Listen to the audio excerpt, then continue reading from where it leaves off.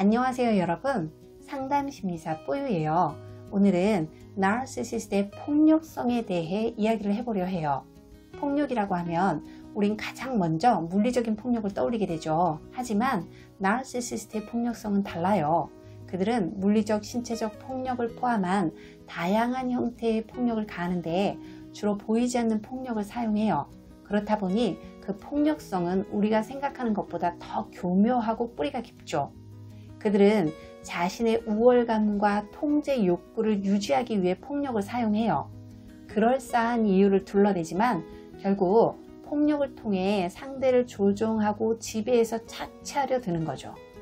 나르시시스트가 사용하는 폭력의 형태의 첫 번째는 언어폭력이에요. 그들은 교묘하게 때로는 노골적으로 언어폭력을 가하면서 상대의 자존감을 서서히 무너뜨려요. 작은 실수나 약점을 집요하게 물고 늘어지며 비난하죠. 농담처럼 때론 진지하게 그건 네가 멍청해서 그런 거지, 너 같은 게 뭘 알겠어? 라는 식으로 상대를 조롱해요. 그건 누구나 다 하는 거야, 네 수준에선 그게 최선이겠지 처럼 상대의 노력과 성취를 폄하하는 식으로도 언어폭력을 가하죠. 의도적으로 모순된 말을 해서 그 이중 메시지 속에서 이러지도 저러지도 못하게 만들기도 해요. 사람들 앞에서 비아냥거리거나 창피를 주는 말을 하면서 모욕감을 느끼도록 하는 건 당연하겠죠. 나르시시스트가 가하는 폭력의 형태 두 번째는 정서적 폭력이에요. 정서적 폭력이란 감정을 교란시켜서 상대방을 통제하고 지배하는 걸 말해요. 감정을 표현할 때 무시하거나 그런 건 중요하지 않아 라는 식의 거부를 통해서 상대방이 자신의 감정이 무가치하다고 느끼게 만들죠. 처음에는 과도한 관심을 주다가 갑자기 차갑게 구는 식으로 애정을 통제하면서 학대하기도 해요. 죄책감을 유발시키는 것도 정서적 폭력의 한 유형이죠. 네가 그래서 내가 힘들잖아, 이런 식으로 그들은 자기 잘못이나 책임을 상대에게 떠넘겨요. 난 늘 버림받곤 했어, 넌 날 이해 못해 와 같은 말로 피해자 코스프레를 하면서 상대가 자신의 감정적 요구를 끝없이 채우도록 정서적으로 묶어두기도 하죠. 넌 누구처럼 왜 그렇게 못하니? 이런 식으로 비교하면서 정서적으로 불안정하게 만들기도 하고요. 그렇게 그들은 서서히 그러나 지속적으로 상대방을 정서적으로 무력하게 만들어서 자신을 의존하게 만들죠. 나르시시스트가 사용하는 폭력의 형태의 세 번째는 심리적 폭력이에요. 심리적 폭력은 상대방의 사고와 판단, 그리고 현실의 인식을 왜곡시켜서 정신을 약화시키고 자아를 파괴하며 통제하려는 거죠. 그들이 사용하는 대표적인 심리적 폭력은 가스라이팅이에요. 그건 네 착각이야, 네가 예민해서 그래 처럼 상대의 기억과 인식을 교란시켜서 현실 감각을 잃게 만들죠. 사회적 관계의 단절을 유도해서 상대방을 심리적으로 고립시키기도 해요. 또 상대의 언행이 마음에 안 들면 반복적으로 침묵하거나 무시하면서 눈치를 보게 만들어요. 나 없이 넌 아무것도 못해, 이런 식이면 난 널 떠날 수도 있어 라면서 관계에 대한 불안을 유발시키거나 협박을 통해 상대를 심리적으로 흔들어요. 누구랑 있었어? 왜 그렇게 행동해? 이러면서 상대방의 인간관계나 생활 패턴, 행동 등을 간섭하고 감시하면서 상대의 자율성을 침해해서 스스로 생각하고 행동하는 능력을 잃게 만들어요. 나르시시스트가 가하는 폭력의 네 번째 형태는 물리적, 신체적 폭력이에요. 그들은 자기의 목적을 위해서 때때로 물리적인 폭력도 사용하죠. 겉으로는 사회적 지위나 체면을 유지하려고 애를 쓰지만 가정이나 밀폐된 공간, 타인의 눈이 닿지 않는 곳에서는 폭력적 본성을 드러내는 경우가 많아요. 물리적인 폭력은 신체적 위해뿐만 아니라 상대의 정신적 복종과 두려움을 강화하려 할 때 사용해요.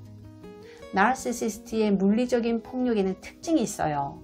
폭력의 시작은 교묘하고 점진적이며 처음부터 심각한 폭력을 사용하진 않아요. 밀치기나 어깨로 툭 치기, 팔을 세게 잡기, 물건을 던지기처럼 별일 아닌 듯한 행동으로부터 시작해서 상대방의 공포 반응을 확인하고 점점 더 폭력 수위를 높여가죠. 폭력을 정당화하려고 네가 날 화나게 만들었잖아. 나는 원래 이런 사람이 아니야. 네가 아니었으면 이런 일은 없었어.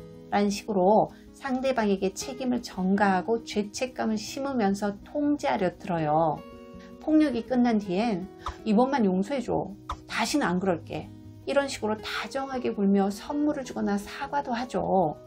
이런 회유와 폭력의 반복은 상대방으로 하여금 폭력적 악순환 속에 갇히게 하기 쉬워요. 때론 어린아이나 반려동물 등을 향한 폭력을 하면서 상대방에게 암묵적인 위협을 가하기도 해요. 너도 이렇게 될 수 있어 라는 메시지를 전달해서 공포와 복종을 유도하는 거죠. 네가 날 떠나면 과연 어떻게 될까? 경찰에 신고하면 더 큰일이 일어날걸? 같은 위협으로 공포를 조성하면서 상대가 도움을 요청하거나 탈출하지 못하게 막기도 하죠. 물리적인 폭력은 신체적 상처뿐만 아니라 극심한 공포, 불안, 우울, 복합 외상 후 스트레스 장애 같은 것들을 유발해요. 폭력에 노출될수록 상대방은 자존감이 무너지고 자신이 탈출할 수 없는 존재라고 믿게 되죠. 만약 자녀가 이런 물리적인 폭력의 현장을 목격하게 될 경우에는 트라우마가 대물림될 가능성이 높아지고요. 나르시시스트의 물리적 폭력은 결코 우연이나 일시적인 감정 폭발이 아니에요. 그건 상대를 통제하고 두려움 속에 가두기 위한 의도된 행동이에요. 그렇다면 어떻게 대처해야 할까요?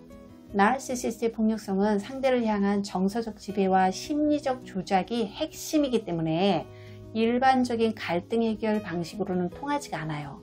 그래서 그들의 특성과 전략을 정확히 이해하고 감정적으로 휘둘리지 않으면서 당신 자신의 보호를 최우선으로 하는 게 핵심이에요.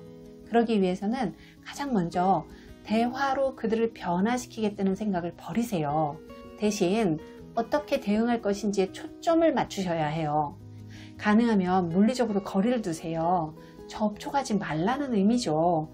허나 그럴 수 없는 상황이라면 최소한의 접촉을 염두에 두고 움직이세요. 감정적인 반응은 그들에게 에너지를 주는 꼴이니까 무표정과 무반응으로 응대하세요. 그들은 오리발을 잘 내밀잖아요. 그러니 그들이 위협을 가하는 상황이나 폭언 등이 날아올 때 가능하다면 녹음도 하세요. 그리고 어떤 정황들을 문자로 남길 수 있도록 노력하시면 좋을 것 같아요. 이런 녹음이나 문자는 법적 보호가 필요할 때 도움이 될 수 있어요. 전문가에게 상담을 의뢰하고 가족이나 지인들에게 상황을 알려서 고립되는 것을 막고 외부의 시선을 확보하세요. 아울러서 지속적인 위협이나 스토킹 그리고 물리적이고 신체적인 폭력이 발생하면 경찰에 신고를 하는 것과 같이 즉시 법적 조치를 취하세요. 나르시시스트의 폭력성은 단순한 성격 특성을 넘어서 병리적 현상이에요.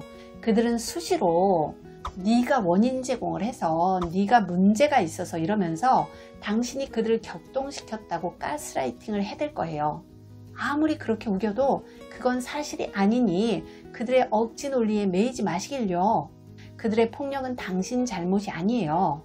그들은 특성상 그런 패턴을 가진 존재예요. 그들의 폭력성에 대처하기가 말처럼 쉬운 일은 아니에요. 오랫동안 그들과 함께 있다면 더더욱 그렇죠. 하지만 가장 중요한 건 당신 자신을 지키겠다는 결단이에요. 용기를 낸다면 변화는 가능해요. 당신은 보호받아야 할 존재죠. 그러니 당신 자신을 지키기 위해 용기를 내시길요. 당신의 용기를 응원합니다. 상담심리사 뽀유였습니다.